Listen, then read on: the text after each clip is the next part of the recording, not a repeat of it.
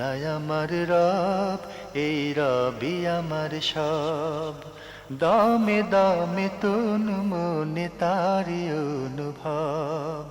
তোমার দুনিয়াতে আমি যেদিকে তাকাই, অথই নিয়ামতে ডুবে আছি সবাই।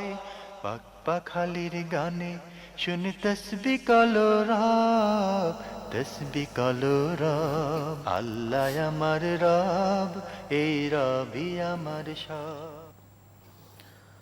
আসসালামু আলাইকুম, আলহামদুলিল্লাহ, আসসালাতু ওয়াসসালাম আলা রাসূলিল্লাহ।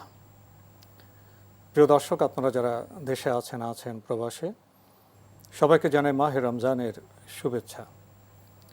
শুরু হলো পবিত্র রমজান উপলক্ষে আনটিভি আয়োজিত এবং লাভ হলো নিবেদিত বিশেষ অনুষ্ঠান আপনার জিজ্ঞাসা। আপনাদের সাথে আছি আমি জয়নুল আবেদিন আজাদ। আর আপনাদের মনে জায়গা প্রশ্নের জিজ্ঞাসার জবাব দিচ্ছেন বিশিষ্ট আলেম ডক্টর মোহাম্মদ সাইফুল্লাহ। আসসালামু আলাইকুম ওরহমতুল্লাহি ওয়া বারাকাতুহু। প্রিয় দর্শক, আজকের প্রথম চিঠিটি পাঠিয়েছেন বরিশাল থেকে সুমাইয়া। আপনি লিখেছেন, আপনার জিজ্ঞাসা আমার প্রিয় অনুষ্ঠান। এই অনুষ্ঠান থেকে আমি অনেক কিছু শিখতে ও জানতে পেরেছি। আজকের প্রশ্ন, রোজা রাখা অবস্থায় যদি কোনো নারীর পিরিয়ড শুরু হয়, তখন ওই নারী ওই দিন কি রোজা রাখতে পারবে, নাকি রোজা ভেঙে ফেলতে হবে? ধন্যবাদ, খুবই গুরুত্বপূর্ণ প্রশ্ন করেছেন। রোজা রাখা অবস্থায় যদি কারো পিরিয়ড শুরু হয়ে যায়, তাহলে তিনি কি সিয়াম কন্টিনিউ করবেন? মোটেও না। সাথেই তার সিয়াম ভেঙে গিয়েছে। যেহেতু সিয়াম ভঙ্গকারী যে সমস্ত কাজ, তার মধ্যে রক্তস্রাব দেখা, এটাই হচ্ছে একটি বিষয়। তাই ক্ষেত্রে আপনার সিয়াম নষ্ট হয়ে গেছে, আপনি আর সিয়াম কন্টিনিউ করতে পারবেন না। আপনার সিয়াম ভেঙে যাওয়ার কারণে আপনি এই সিয়াম পরবর্তী সময়ে আদায় করে দেবেন। প্রিয় দর্শক, এই চিঠি পাঠের মধ্যে আপনাদের জানাতে পারি, আমাদের আজকের প্রাসঙ্গিক আলোচনার বিষয় সিয়াম এবং আত্মশুদ্ধি। এ বিষয়ে আমরা আপনাদের সাথে কথা বলার চেষ্টা করব। বোন সুমাইয়া, আপনি আরও লিখেছেন, পিরিয়ডের কারণে যে নারী রমজান মাসের কিছু অংশ রোজা রাখতে পারল না, সে কি রমজানের ফজিলত থেকে মাহরুম হয়ে যাবে? ধন্যবাদ, খুবই গুরুত্বপূর্ণ প্রশ্ন করেছেন। এই প্রশ্নটি ইম্পর্টেন্ট, কোনো সন্দেহ নেই। না, মানে এই বিষয়টি আল্লাহ রাব্বুল আলামিন এর পক্ষ থেকে সৃষ্টিগত একটি বিধান নারীদের জন্য। সুতরাং এই কারণে যদি তিনি রমাদান মাসের সিয়াম পালন করতে না পারেন, যতদিন তিনি সিয়াম পালন করতে পারেন নাই, তিনি রমাদান মাসের যতদিন পেয়েছেন ততদিনের সিয়াম পালন করলেই তার জুমহুর ওলামায়ে কেরামের বক্তব্য অনুযায়ী, বরং কোরআন এবং সুন্নাহের নির্দেশনা অনুযায়ী আমি মনে করে থাকি যে রমাদান মাসের তিনি সিয়াম পালন করেছেন, এই ফজিলত পেয়ে যাবেন। তিনি তো একটি বিধানের আওতায় আছেন, তো তিনি বিধানের মধ্যে আছেন। রমাদান মাসের সিয়াম পালন এবং রমাদান মাসের যে ফজিলত রয়েছে, পরিপূর্ণ ফজিলত তিনি পেয়ে যাবেন। যেমনিভাবে রমাদান মাসের মান সামা রমাদান ঈমানান ওয়া ইহতিসাবান এর ফজিলত পেয়ে যাবেন, মান কামা রমাদান ঈমানান ওয়া ইহতিসাবান এর ফজিলত পেয়ে যাবেন, এবং মান কামা লাইলাতুল কদরি ঈমানান ওয়া ইহতিসাবান লাইলাতুল কদর মানে জাগার যে ফজিলত রয়েছে সেটাও তিনি পেয়ে যাবেন। যদি তিনি যদিও তার এই অবস্থার কারণে তিনি সিয়াম পালন করতে পারেন নাই, এই অবস্থার কারণে তিনি সালাত পালন করতে পারেন নাই, কিন্তু বাকি ইবাদতগুলো যেগুলো আছে সেগুলো তিনি করবেন, যেগুলোর জন্য তহারাত পরিপূর্ণ তহারাত শর্ত নয়, সেই ইবাদতগুলো তিনি করবেন। তাহলে অবশ্যই তিনি এই রমাদান মাসের যে ফজিলত রয়েছে সেই ফজিলত পেয়ে যাবেন। এটা একেবারেই সৃষ্টিগত প্রকৃতিগত বিষয়, যেটাকে আল্লাহ সুবহানাহু ওয়া তাআলা নরমাল অবস্থা হিসেবে আল্লাহ আখ্যায়িত করেছেন। এটা কোনো ধরনের এর মধ্যে অতিরিক্ত কিছুই নেই। ফলে এর জন্য কোনো দিক থেকে আল্লাহ রাব্বুল আলামিন আল্লাহর বান্দীদের মধ্যে যারা আছে তাদেরকে আল্লাহ সুবহানাহু ওয়া তাআলা মেহেরবানি করে ফজিলতের দিক থেকে কোনো দিক থেকেই কম দেবেন না। বোন, সবশেষে আপনি জানতে চেয়েছেন, ফজিলতের আশায় ওষুধ খেয়ে পিরিয়ড বন্ধ করে রোজা রাখা কি যাবে? প্রথম কথা হচ্ছে, ফজিলতের আশায় যদি আপনি এই কাজটি করেন, এই কাজটি আপনার শুদ্ধ হয়নি।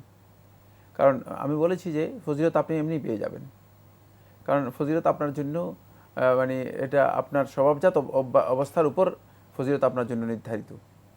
2 নম্বর বিষয় যেটা হলো, কেউ যদি অতি আবেগতাড়িত হয়, মানে ওষুধ খেয়ে থাকেন, এক্ষেত্রে শেখ মোহাম্মদ আল সামির রহমতুল্লাহ আলাই তিনি তার ফতোয়ার মধ্যে উল্লেখ করেছেন যে যেহেতু এটা প্রমাণিত একটি সত্য, মেডিকেল সায়েন্সের মাধ্যমে মেডিকেশন এটিকে সাপোর্ট করে, সেটা হচ্ছে এই যে ওষুধের অনেক সাইড এফেক্ট রয়েছে, অনেক ক্ষতির দিক রয়েছে।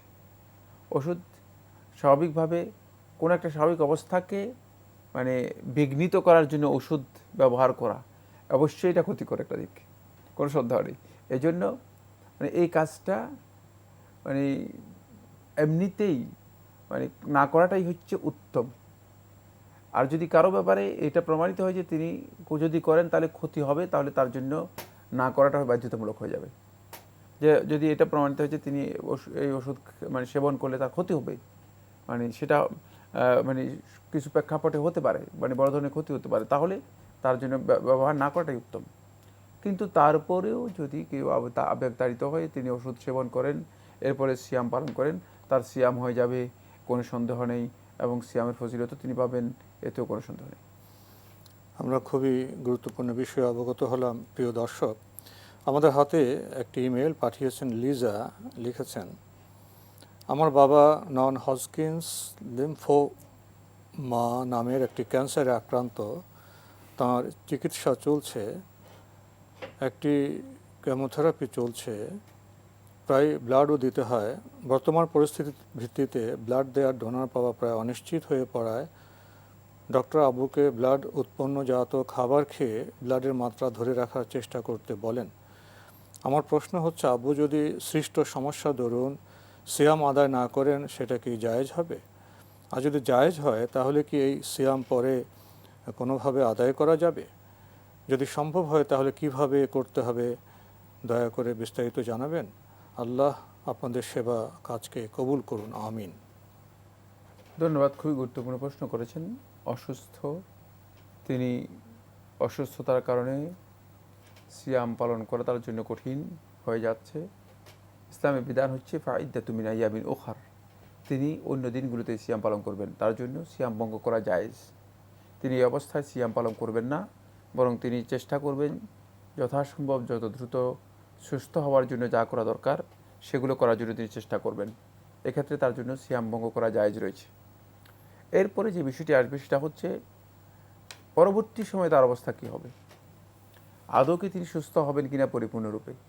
যদি এ ধরনের সম্ভাবনা থেকে যায় যে পরবর্তী সময়ে তিনি এক পরিপূর্ণতা সুস্থ লাভ করবেন এবং সিয়াম পালন করার মতো সামর্থ্য তার হবে, এক্ষেত্রে তিনি পরবর্তী সময়ে সিয়াম পালন করবেন, যখন সুস্থ হবেন তখনকার সময় সিয়াম পালন করবেন এবং অপেক্ষা করবেন, যে কটি ভেঙেছেন সেই কটি পরে পালন করবেন। আর যদি এটা এমন হয় যে, কারণ অবস্থা থেকে এটা অনেকটা আন্দাজ করা যায়, বোঝা যায়, উপলব্ধি করা যায়, যে এমন হয় যে না, তিনি পরবর্তীতে পরিপূর্ণ সুস্থ হবে না, সুস্থ হলেও তার অসুস্থতা থেকেই যাবে, সিয়াম পালন করার মতো যে শারীরিক সামর্থ্য, সেই শারীরিক সামর্থ্য তার হবে না। যদি এমনটি হয় থাকে, তাহলে ওয়ালাল্লাযীনা ইউতীকুনাহু ফিদিয়াতুন তাআমু মিসকিন, তাহলে এক্ষেত্রে মানে ফিদিয়া তিনি দেবেন, একজন মিসকিনকে প্রত্যেকটা সিয়ামের এগেনিস্টে এক বেলা খাবারের ব্যবস্থা করে দেবেন, এক বেলা খাবারের ব্যবস্থা করে দেবেন। এটা হচ্ছে এক মানে সিয়ামের ফিদিয়া, সিয়ামের এই ফিদিয়া তিনি আদায় করে দেবেন, তাহলে তার পক্ষ থেকে সিয়াম আদায় হয়ে যাবে। আমরা খুবই গুরুত্বপূর্ণ বিষয়ে অবগত হলাম। প্রিয় দর্শক, আমাদের হাতে আরও একটি ইমেল পাঠিয়েছেন শাহরুখ হোসেন তন্ময়। আপনি লিখেছেন, সহশিক্ষা কতটুকু ইসলাম সম্মত? এখানে পড়াশোনা করা ও চাকরি করা কতটুকু জায়েজ? এর ইনকাম কি হালাল হবে? শর্ট কোশ্চেন মনে করে অনেক কথা লিখে দিয়েছেন, কিন্তু আসলে এক বিশাল প্রশ্ন করে দিয়েছেন। আমি খুব সংক্ষেপে কথাটি বলবো, যেহেতু আমরা প্রশ্নোত্তরী প্রোগ্রামে চাচ্ছি যে অধিক প্রশ্নের উত্তর দেওয়ার জন্য, সেক্ষেত্রে এই বিষয়ে এত বিস্তারিত আলোচনা যাব না। প্রথম কথা হচ্ছে, ইসলাম যেখানে সহশিক্ষা রয়েছে, সেটা যদি এমন হয় যে ইখতিলাত শামিল, মানে ফ্রি মিক্সিং, একেবারেই অবাধ মেলামেশা, তাহলে এটি ইসলামী শরীয়তের মধ্যে হারাম, জায়েজ নেই। আর যদি সহশিক্ষার মানে মিনিংটা এমন হয় যে সেখানে মানে ছেলে মেয়ে একসাথে পড়ালেখা করে, কিন্তু ছেলেদের মানে ক্যাম্পাস, ছেলেদের বসা, ছেলেদের মানে অবস্থান, মেয়েদের অবস্থান আলাদা আলাদা। সেক্ষেত্রে এটাকে সহশিক্ষা বলা হলেও কিন্তু এক্ষেত্রে যদি মানে সুনির্দিষ্ট নীতিমালা থাকে এবং মেয়েরা আলাদা বসে, ছেলেরা আলাদা বসে, সেখানে শৃঙ্খলা থাকে, নিয়ম নীতি থাকে, তাহলে এক্ষেত্রে এটা জায়েজ, হারাম বা নিষিদ্ধ নয়। সুতরাং ম্যানেজমেন্টের উপর নির্ভর করবে মানে কোনটা জায়েজ হবে, কোনটা জায়েজ হবে না। আর এই ক্ষেত্রে চাকরি করাও জায়েজ, এই ক্ষেত্রে আপনি যে ইনকাম করবেন সেই ইনকাম গ্রহণ করাও জায়েজ। তবে যেখানে একেবারেই অবাধ মেলামেশা রয়েছে সেখানে এর কোনোটাই করা উচিত নয়। সবটা থেকে নিজেকে বিরত রাখাই হচ্ছে ইসলামের বিধান। কারণ হচ্ছে যতই আপনি এই ধরনের অশ্লীলতার দিকে যাবেন, এর ধারে কাছে যাওয়া ইসলামী হারাম। মানে এই অশ্লীলতার কাজে যদি আপনি কাছে যান তাহলে আপনি হারামের মধ্যে পতিত হয়ে যাবেন। ওলা তাকরা বুঝি না, কাছেই যাওয়ার নিষেধ করা হয়েছে। সুতরাং এখানে আপনি কাছেও যেতে পারবেন না। তাই সকল প্রকার ফাওয়াহিশ থেকে, অশ্লীল কাজ থেকে একেবারে ধারে কাছেও যাওয়া জায়েজ নেই। ইসলামী শরীয়তের মধ্যে মুকাদ্দিমাতুল ফাওয়াহিশ কুল্লুহা ফাহিশা, মানে যে সমস্ত কাজগুলো মানুষকে অশ্লীলতার দিকে নিয়ে যায় এই সমস্ত কাজই ফাহিশার মধ্যে অন্তর্ভুক্ত। এগুলো থেকে অবশ্যই দূরে সরে আসতে হবে, সেক্ষেত্রে সতর্কতা অবলম্বন করতে হবে। জি, আল্লাহ আমার রব, এই রবি আমার সব। আল্লাহ আমার রব, এই রবি আমার সব। আমাদের হাতে একটি ইমেল পাঠিয়েছেন মীর নজরুল ইসলাম, উত্তরা, ঢাকা থেকে লিখেছেন, May I pray Ishraq Salat in the house as we are not going to mosque for corona issue? কোনো সন্দেহ নেই, ইশরাকে সালাত আপনি ঘরে পড়তে পারবেন, এতে কোনো ধরনের প্রবলেম নেই। বরং ইশরাকে সালাত, নফল সালাত, নফল এবং সুন্নাত সালাতগুলোর মানে সুন্নাহ হচ্ছে যেটা, সেটা হলো ঘরেই পড়া। এক্ষেত্রে আপনি যদি মসজিদে আপনি জামাতে সালাত আদায় করে থাকেন, সেক্ষেত্রে আপনি ইশরাকের সালাত এর একটি সূরত রয়েছে, সেটা হলো আপনি মানে মসজিদে যেখানে সালাত আদায় করেছেন সেখানে বসে জিকির আজকার করবেন সূর্য উদিত হওয়া পর্যন্ত। তারপরে সূর্য উদিত হওয়ার মানে একটু পরে আপনি 2 রাকাত ইশরাকের সালাত আদায় করে নেবেন। সেটা বিশেষ ফজিলতের ক্ষেত্রে বলা হয়েছে। আর এই বিশেষ ফজিলত আপনি যদি ঘরেও পড়েন এই অবস্থায়ও আপনার জন্য প্রযোজ্য হবে এবং এই ফজিলত আপনি লাভ করতে পারবেন। আমরা জানলাম, প্রিয় দর্শক, আরও একটি ইমেল, গোসলখানায় উলঙ্গ হয়ে গোসল করলে কি গুনাহ হবে? ধন্যবাদ ভাইকে।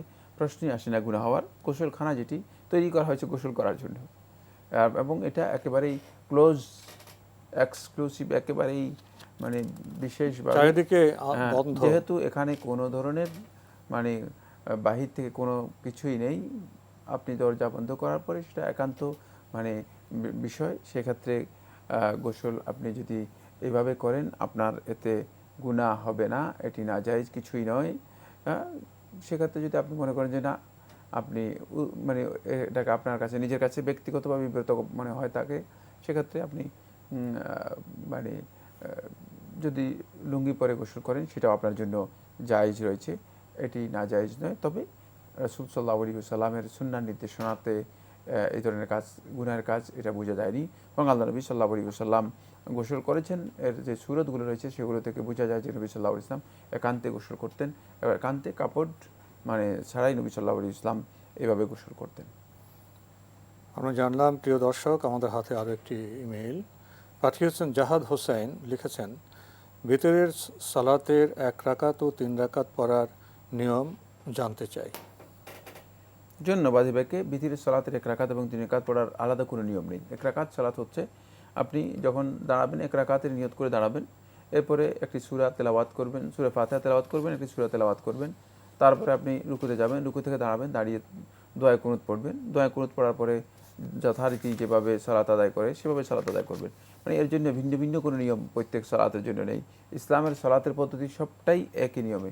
2 রাকাত সালাতও একই পদ্ধতিতে। 3 রাকাতের ক্ষেত্রে শুধুমাত্র একটা নিয়ম ফলো করতে হবে, সেটা হচ্ছে এই 3 রাকাত যদি আদায় করে থাকেন সেখানে আপনাকে 2 রাকাত পরে সালাম ফিরাবেন, তারপরে দাঁড়িয়ে যাবেন, তারপরে 1 রাকাত পড়বেন। অথবা 2 রাকাত পরে বসবেন না, দাঁড়িয়ে যাবেন, তৃতীয় রাকাতে শেষ করার পরে পড়বেন। মানে তাশাহুদের বসা শুধুমাত্র তৃতীয় রাকাতে বসবেন, দ্বিতীয় রাকাতে বসবেন না, অর্থাৎ একসাথে 3 রাকাত পড়বেন। যদি 3 রাকাত কেউ আদায় করতে চান তাহলে তিনি এই 2 পদ্ধতিতে আদায় করাটাই হচ্ছে মানে অধিক উত্তম। আমরা জানলাম, প্রিয় দর্শক, আমাদের হাতে আরও একটি ইমেল, এটি পাঠিয়েছেন জুবাইর হোসেন, ভেড়ামারা, কুষ্টিয়া থেকে।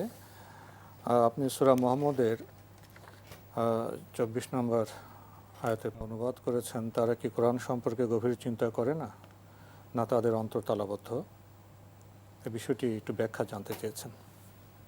ধন্যবাদ, খুবই গুরুত্বপূর্ণ একটি প্রশ্ন করেছেন। আফালা ইয়াতাদাব্বারুনাল কুরআন আম আলা কুলুবিন আকফালুহা।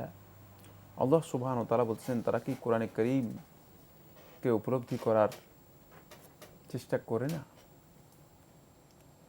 আম নাকি আলা কুলুবিন আকফালুহা, যে অন্তরসমূহের উপর তাদের তালা লাগিয়ে দেওয়া হয়েছে। এই আয়াতের তাফসীরের মধ্যে ইমাম ইবনে জারীর তাবরী রাহমাতুল্লাহ আলাইহি বলেন, এখানে আল্লাহ সুবহানাহু ওয়া তাআলা আল্লাহর বান্দা ঈমানদার ব্যক্তিদেরকে নির্দেশ দিচ্ছেন যাতে করে তারা লিয়াতাদাব্বারু আয়াতিহি, কোরআনে কারীমের আয়াতসমূহকে তারা যথাযথভাবে উপলব্ধি করার জন্য চেষ্টা করে। ওয়া ইল্লা, আর যদি এই আয়াতগুলোকে তারা যথাযথভাবে উপলব্ধি করার চেষ্টা না করে থাকে, তাহলে তুকফাল কুলুবুহুম, তাদের অন্তরসমূহ তালাবদ্ধ করে দেওয়া হবে, সিলঘালা করে দেওয়া হবে। ফলে বাস্তব কথা, এবার আমরা আমাদের দিকে আসি, তাহলে আমরা দেখতে পাবো আসলে আমরা যারা আজকে উম্মতে মুহাম্মদী রয়েছি, আমরা কোরআনকে উপলব্ধি না করার কারণে কোরআন থেকে আমরা হেদায়েত নিতে পারি না। কোরআনের বক্তব্য আমাদের কাছে গ্রহণযোগ্য হয় না। কোরআনের ক্ষেত্রে আমাদের বিবাদ রয়েছে, কোরআনের ক্ষেত্রে আমাদের অনেক প্রশ্ন, অনেক কিছু রয়েছে। এর কারণ একটাই, সেটা হলো যেহেতু কোরআনকে আমরা উপলব্ধি করি নাই, ফলে আমাদের অন্তরগুলোর উপর আল্লাহ সুবহানাহু ওয়া তাআলা তালা লাগিয়ে দিয়েছেন। এজন্য কোরআন যদি সত্যিকারভাবে আল্লাহর বান্দা উপলব্ধি করতে চেষ্টা না করে, তাহলে কিন্তু সে ওই সমস্ত ব্যক্তিদের মধ্যে অন্তর্ভুক্ত হয়ে যাবে যাদের অন্তরের উপর আল্লাহ সুবহানাহু ওয়া তাআলা মোহর মেরে দিয়েছেন, যারা হেদায়েত থেকে দূরে সরিয়ে গিয়েছে। কারণ কোরআনই হচ্ছে হেদায়েতের একমাত্র কিতাব, আল্লাহর পক্ষ থেকে যেটি অবতীর্ণ হয়েছে। সুতরাং হেদায়েতের এই কিতাব থেকে যদি কেউ নিজেকে মাহরুম করে নেয়, বঞ্চিত করে নেয়, তাহলে তিনি কোথা থেকে হেদায়েত নেবে? তাই এটি মানে উপলব্ধির সাথে অন্তর এর বিরাট সম্পর্ক রয়ে গিয়েছে। কোরআনের উপলব্ধির সাথে অন্তরের একটি বিরাট সম্পর্ক রয়ে গিয়েছে।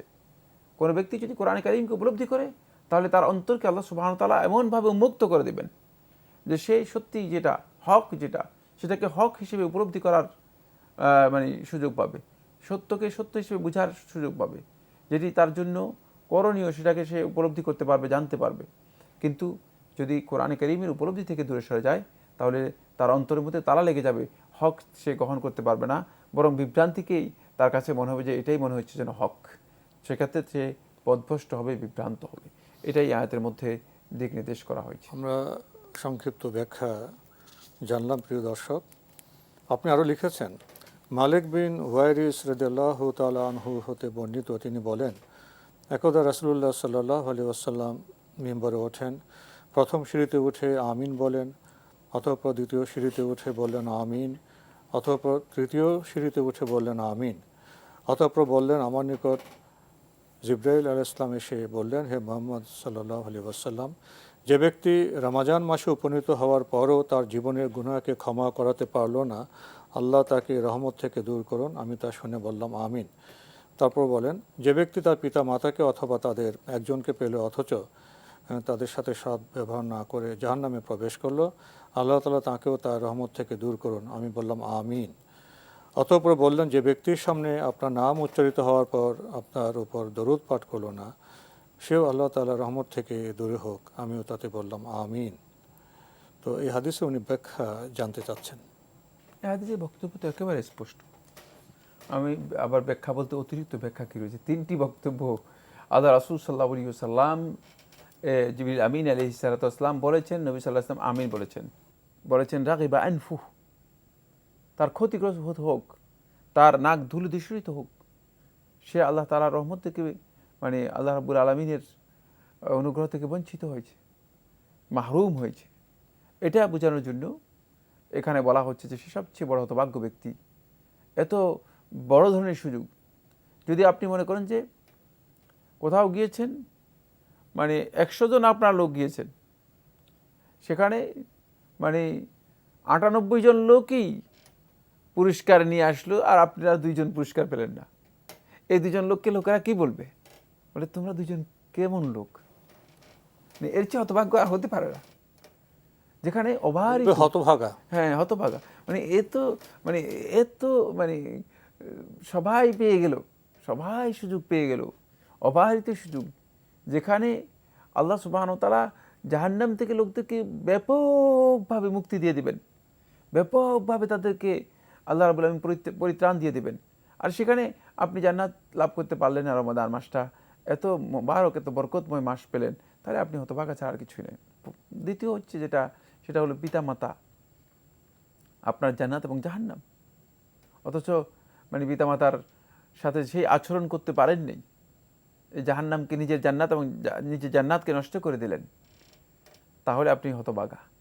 তৃতীয় যে বক্তব্যটি, সেটা হচ্ছে যে ব্যক্তি রাসূল সাল্লাল্লাহু আলাইহি ওয়াসাল্লামের দরুদ পড়ল না, রাসূল সাল্লাল্লাহু আলাইহি ওয়াসাল্লাম, এর চেয়ে বড় হতভাগা আর কি হতে পারে? আল্লাহ রাসূল সাল্লাল্লাহু আলাইহি ওয়াসাল্লামের নাম শোনার পরে যদি দরুদ পড়তে না পারে, তাহলে সে হতভাগা। কারণ এর ফজিলত আল্লাহ তাআলার কাছে এত বেশি যে রাসূল সাল্লাল্লাহু আলাইহি ওয়াসাল্লামের নাম যখন উচ্চারিত হয়, তখন দরুদ পড়লে, একবার দরুদ পড়লে আল্লাহ রাব্বুল আলামিন তার উপর 10টি রহমত দিয়ে থাকেন। মানে 10 রহমত, এটা আল্লাহর পক্ষ থেকে একটা ঘোষণা। মানে এটি পাবেন যে একেবারে গ্যারান্টি দেওয়া রয়েছে। সেখানেও যদি আপনি গ্রহণ করতে না পারলেন, তাহলে আপনি হতভাগা। এটি বোঝানোর জন্য এই হাদিসের মধ্যে এইভাবে বলা হয়েছে। আমরা জানলাম খুবই গুরুত্বপূর্ণ বিষয়ে।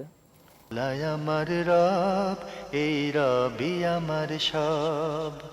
আল্লাহ আমার রব, এই রবি আমার সব। আমাদের আজকের প্রাসঙ্গিক আলোচনার বিষয় সিয়াম এবং আত্মশুদ্ধি। ধন্যবাদ। সিয়াম, আত্মশুদ্ধি। আমরা জানি সিয়াম এমন একটি ইবাদত, যে ইবাদতের অন্যতম একটি লক্ষ্য হচ্ছে আত্মশুদ্ধি।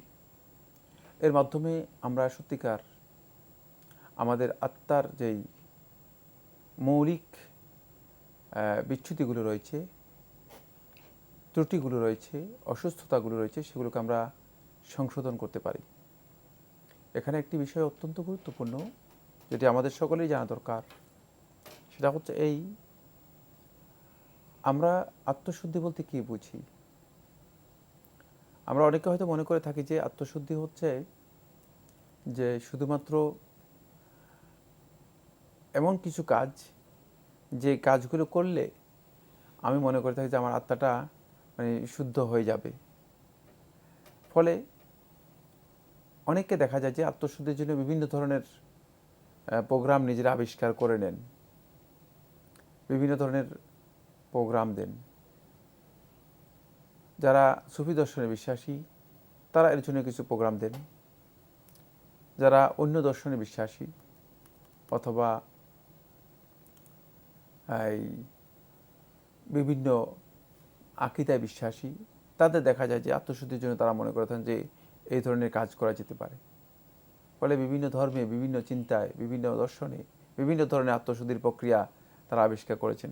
কেউ মনে করেন যে একবারে যদি কাউকে দিয়ে খুব হীন কাজ করা যায়, নিকৃষ্ট কাজ করা যায়, তাহলে আত্মশুদ্ধি হয়ে যাবে। আত্মশুদ্ধির জন্য এই ধরনের একটা প্ল্যান দেওয়া হয়ে থাকে।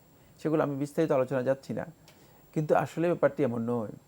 ব্যাপারটি হচ্ছে আত্মশুদ্ধির মৌলিক বিষয় যেটা, সেটা হচ্ছে এই, আসলে মানব আত্মার মধ্যে কিছু রোগ আছে, যে রোগগুলো আক্রান্ত হয়ে গেলে মানুষের আত্মাগুলো কোনোভাবেই মানে এগুলোর প্রকৃত উপলব্ধি, প্রকৃত চেতনা এবং যেভাবে এই আত্মা আপনাকে হেদায়েতের পথে পরিচালিত করার কথা এবং হেদায়েতের জিনিসগুলো তার কাছে অ্যাকসেপ্টেবল হওয়ার কথা, সেভাবে হয় না। তাই এর আমরাদগুলো আগে চিহ্নিত করলেই তাহলে এটাকে চিকিৎসা এবং পরিশুদ্ধ করা সম্ভব। এর রোগগুলো যদি না জানি, তাহলে সেটাকে আমরা চিকিৎসা করতে পারবো না।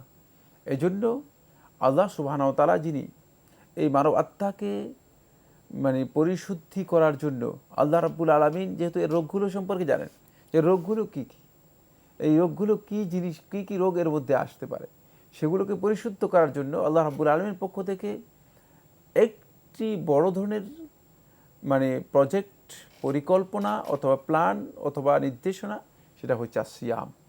কারণ সিয়ামের মাধ্যমে আপনি আপনার আত্মার মধ্যে যেই কামনা বাসনার দিকটা প্রবল হয়ে যায়, এটাকে আপনি একেবারেই নেরো করে নিয়ে আসতে পারেন, পরিপূর্ণ কন্ট্রোলে নিয়ে আসতে পারেন। ফলে প্রবৃত্তি যত ডিজায়ার আছে, যে ডিজায়ারগুলোর মাহাত্মাতু শাহওয়াত বলা হয় তাকে, এটা স্টেশন অফ ডিজায়ার, মানে এখানে মানে এই প্রবৃত্তি সব জিনিস এর মধ্যে এসে মানে আত্মার উপর এমনভাবে চাপ সৃষ্টি করে যে মানে এই আত্মা কলুষিত হতে হতে হতে হতে এমন পর্যায়ে চলে যায় যে মানে এর মধ্যে আর মানে কোনোভাবেই সত্য, হক, ভালো কাজ, মানে ভালো কাজের কথা শুনতেই রাজি না, সবটা কালো হয়ে গেছে। সবটা কালো হয়ে যায়, শক্ত হয়ে যায়। কোরআন কারীম এটাকে বলেছে সুম্মা কাসাত কুলুবুকুম মিন বাদি যালিকা, এরপরে তোমাদের অন্তর একেবারে শক্ত হয়ে গেছে। মানে অন্তরটা মানে এটা নরম হওয়ার পরে আত্মাটা এত শক্ত হয়ে যায় যে এখানে কোনো জিনিস ঢুকেই না, কোনো বক্তব্য গ্রহণ করতে রাজি হয় না। জাহান্নামের কথা শুনলেও মানে কোনো ধরনের ভাবলেশ নেই, কোনো ধরনের অনুভূতি পরিবর্তন নেই, কোনো প্রতিক্রিয়া নেই। তারপরে আল্লাহর আযাবের কথা শুনলেও, আল্লাহর আযাব দেখা পর্যন্ত মানে তারা মনে করেছে যে আল্লাহর আযাব দেখার পরে তারা বলতেছে যে হ্যাঁ হাজি আরদাতুন তুমতে রোনা, যে এটা হচ্ছে তো মেঘের একটা মেঘ দেখা যাচ্ছে, সম্ভবত আমাদেরকে তুমতে রোনা, আমাদেরকে একটু বৃষ্টি দিয়ে যাবে। আল্লাহ আযাব নেমে আসতেছে সামুদ জাতির উপর, আল্লাহ আযাব এসে গিয়েছে। কোনো বোধোদয় নেই। কিছুক্ষণ পরেই ভয়ঙ্কর বিকট আওয়াজের মাধ্যমে সবাই এমন এক পর্যায়ে চলে যাবে যে সবাই একেবারে নিশ্চিহ্ন হয়ে যাবে, সে আযাব। আর তারা বলতেছে আরজাতুন, যেটা একটা মেঘখণ্ড মনে হচ্ছে যে বৃষ্টি হবে, ভাবসাবটা এমন যে বৃষ্টি হবে। কারণ কি? কারণ হচ্ছে ওই অন্তরগুলো শক্ত হয়ে গেছে। এই জন্য এই অন্তরকে শুদ্ধ করার জন্য যে প্রজেক্টগুলো আল্লাহ সুবহানাহু ওয়া তাআলার পক্ষ থেকে আল্লাহ রাব্বুল আমিন চিকিৎসা পদ্ধতি দিয়েছেন, তার মধ্যে একটি মৌলিক চিকিৎসা পদ্ধতি হচ্ছে সিয়াম। সিয়াম এর মাধ্যমে যত বেশি আল্লাহর বান্দা সিয়াম পালন করবে, তত বেশি এই শাহওয়াতের যতগুলো দিক রয়েছে সবগুলো থেকে নিজেকে আস্তে আস্তে করে গুটিয়ে এনে এক পর্যায়ে আল্লাহ রাসূল সাল্লাল্লাহু আলাইহি ওয়াসাল্লাম বলেছেন যে ফাইন্নাহু লাহু ভিজা, এমন এক পর্যায়ে নিয়ে আসবেন যে যে প্রবৃত্তি কোনোভাবেই তার উপর কোনো কর্তৃত্ব চালাতে পারবে না, এমনভাবে এটাকে নিয়ন্ত্রণ করতে পারবেন। এই জন্য সিয়ামটা আমাদেরকে অত্যন্ত গুরুত্ব বহন করে থাকে। ফলে কারণ প্রবৃত্তির মৌলিক যে দুটি দিক থেকে সে কাজ করে থাকে, একটি দিক হচ্ছে খাবারের দিকে, আর একটি দিক হচ্ছে সেক্সুয়াল যে টেন্ডেন্সি রয়েছে সেদিকে। এই দুটাকেই মূলত সিয়ামের মাধ্যমে আমরা কন্ট্রোল করার জন্য নিয়ন্ত্রণ করে থাকি। পৃথিবীর সমস্ত গবেষকরা কথা বলেছেন, সমাজবিজ্ঞানীরা বলেছেন যে পৃথিবীর যত ক্রাইম রয়েছে সব ক্রাইমগুলো এই দুইটার সাথে জড়িত। হয়তো মানে আপনার পেটের খাবারের সাথে জড়িত, অথবা ক্ষুধা এবং যৌনতা, সেক্সুয়াল যে টেন্ডেন্সি যৌনতা রয়েছে তার সাথে জড়িত। আর এই জন্য এই দুইটাকে নিয়ন্ত্রণ করতে পারলে মূলত একজন মানুষের প্রকৃত আত্মাকে কী করা যাবে, কন্ট্রোল বা নিয়ন্ত্রণ করা যাবে। আমরা খুবই গুরুত্বপূর্ণ বিষয়ে কথা শুনলাম, আমি উপলব্ধি করলাম সিয়াম বা রোজার যে তাৎপর্য তা আমরা উপলব্ধি করলে, রোজাকে সেভাবে রাখতে সক্ষম হলে আমরা আমাদের প্রবৃত্তির যে তাড়না আছে সেটাকে আমরা নিয়ন্ত্রণ করতে পারবো এবং আমরা সঠিক পথে চলে মুক্তি অর্জন করতে পারবো। প্রিয় দর্শক, আমাদের হাতে একটি ইমেল, এটি পাঠিয়েছেন কুইন কানিজ, লিখেছেন প্লিজ আমার উত্তরটা একটু তাড়াতাড়ি দেবেন, আমরা সেটাই চেষ্টা করছি। আপনি লিখেছেন অন্য জাতির সাদৃশ্য গ্রহণ নিয়ে আমি খুবই কনফিউজড। যেমন ওয়েস্টের দেশগুলো যে খাবার খায় তাদের রেসিপি দেখে সেই খাবার খাওয়া, ওদের মতো মেকআপ করে স্বামী অথবা মহিলাদের সামনে যাওয়া, ওদের মতো জামা পরা বাসায় অথবা মাহারামদের সামনে, ওদের মতো নাম রাখা, অবশ্যই ওদের ধর্মীয় নাম নয়, ওদের মতো বাসা সাজানো, এ সবই কি সাদৃশ্য? আমি তো এটা ভেবে করছি না যে ওদের ধর্ম ঠিক। অনেক মেকআপ টিউটোরিয়াল, অনেক রান্নার রেসিপি খ্রিস্টানদের, ওগুলি কি আমরা করতে পারবো না? ওরা ওদের ধর্মীয় প্রোগ্রামে কেক বানায়, সেই রেসিপি ফলো করা কি সাদৃশ্য? তাহলে তো সবই সাদৃশ্য হয়ে যায়। কোনো খ্রিস্টান মেয়েকে অথবা ছেলেকে দেখে সেভাবে সে জামা বানালো, তাহলে কি তা হারাম হবে? যেমন টাইট বানালো কিন্তু পরা হলো হাজব্যান্ডের সামনে। ওরা বিয়েতে সাদা গাউন পরে, এরকম সাদা গাউন আমি ঈদে পরলে, আর বাঙালি মেয়েরা তো লাল শাড়ি পরে, এভাবে পরে যদি কেউ বিয়ে করলো, এটাও কি তাহলে সাদৃশ্য? আর এমন ছবি নিজের কাছে রাখা কি হারাম হবে? ধন্যবাদ। আপনি একটা প্রশ্ন করেছেন অত্যন্ত গুরুত্বপূর্ণ। রাসূলুল্লাহ সাল্লাল্লাহু আলাইহি ওয়াসাল্লাম হাদিসের মধ্যে ইরশাদ করেছেন, মান তাশাব্বাহা বিকাউমিন ফাহুয়া মিনহুম, যে কোনো জাতির সাথে নিজেকে সাদৃশ্য করে নিল, ফাহুয়া মিনহুম, সে তাদের মধ্যে অন্তর্ভুক্ত হবে। এই সাদৃশ্যতা কোন ধরনের বিষয়, সেটা নিয়ে আপনি একটা কনফিউশনের মধ্যে পড়েছেন। সাদৃশ্যতার মৌলিক যে বিষয়টি, সেটি হচ্ছে ধর্মীয় যে বিষয়গুলো রয়েছে সেগুলোর ক্ষেত্রে তাদের সাদৃশ্যতা অনুসরণ করা, অথবা কালচারাল যে বিষয়গুলো রয়েছে সেগুলোর সাথে তাদের সাদৃশ্যতা গ্রহণ করা, যা ধর্মভিত্তিক, যা ধর্মের মানে মৌলিক দৃষ্টিকোণ থেকে রয়েছে বা অনুসরণ করা হয়ে থাকে। এক্ষেত্রে আপনি কতগুলো বিষয় একসাথ করে ফেলেছেন, লাজে গোবরে করেছেন। সেই লাজে গোবরে করেছেন এভাবে, কিছু আছে খাবারের বিষয়গুলো মানুষের রুচির সাথে সম্পৃক্ত।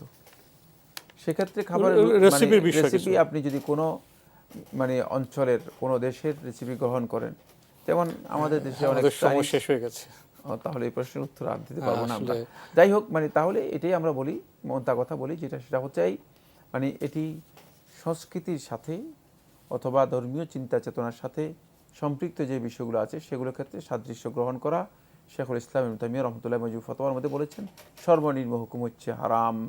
তবে মানে খাবার অথবা প্রথা প্রচলন সম্পর্কিত যে বিষয়গুলো আছে সেগুলো এর মধ্যে অন্তর্ভুক্ত হবে না। সময়ের কারণে আজকে আমাদের এখানে শেষ করতে হচ্ছে। আপনাকে অনেক ধন্যবাদ।